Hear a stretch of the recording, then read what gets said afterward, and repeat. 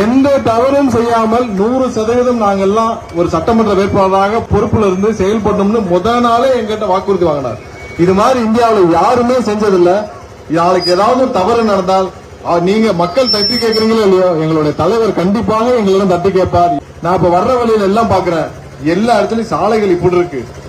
இத்தனை ஆயிரம் உங்களுக்கு தெரியும் மதுரை மாநகராட்சியில் என்ன நடந்துச்சுன்னு. 304 கோடி மேயர் மட்டும் இந்த சொத்து வரி செலுத்துறதுல ஊழல் பண்ணிருக்காங்க. சொத்து வரி செலுத்துறதுல மட்டும் 300-400 கோடினா அப்ப மத்த எல்லாருமே எடுத்துக்கங்க.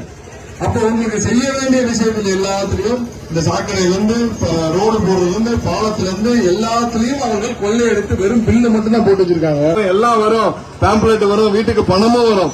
எல்லாத்தையும் பார்த்து அந்த ஜோக்கர்களை பார்த்து ரசிங்க. ஒரு கவலை இல்ல.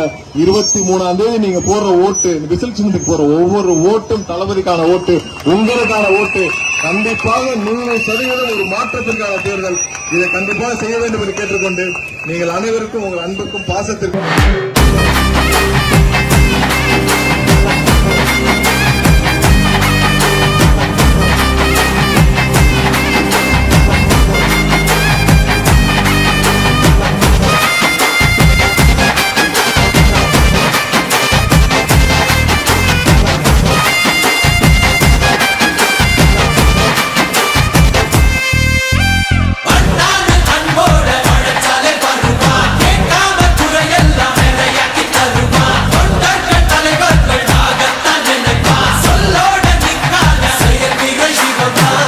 சாதியனும் சாக்கடை